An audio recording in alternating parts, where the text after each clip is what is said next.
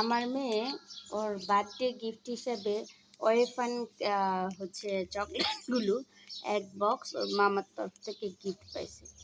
কালকে বলেছে আমি প্রতিদিন একটা করে খাবো, এর বেশি খাবো না।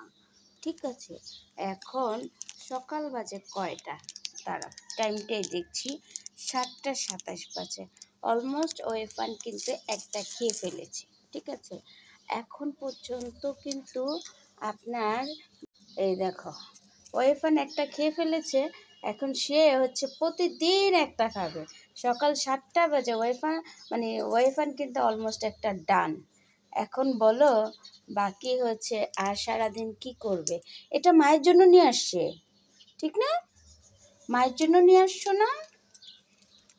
এখন আমি যে বলতে নিয়েছি এবং আমার মুখে দিয়ে দিছে, মায়ের জন্য নিয়ে আসছে। জিব্বা দেখো, জিব্বা আর সয় না, কখন মুখে দেবে। ওদের বাবার দাঁতে পোকা হয়েছে, দাঁত শিনশিন করে, ব্যথা করে, সহ্য হয় না, ওইখান খেতেই হবে। কিন্তু যখন চিৎকার দেবে সেদিন কি করছে, হঠাৎ করে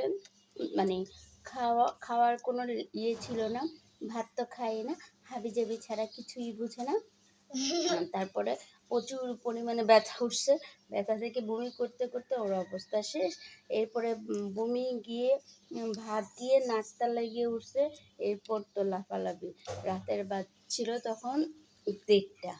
আমি আমার বাসায় আমি আর মেয়ে ছাড়া কেউ ছিলাম না। আমি তো ভয়েই পেয়ে গেছি।